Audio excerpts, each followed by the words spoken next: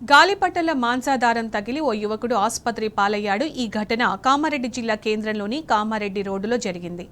Silent బాబా కాలనీకి చెందిన జావేద్ అనే యువకుడు బైక్పై వెళ్తుండగా మాంసాదారం గొంతుకు తగిలి తీవ్రంగా గాయపడ్డాడు.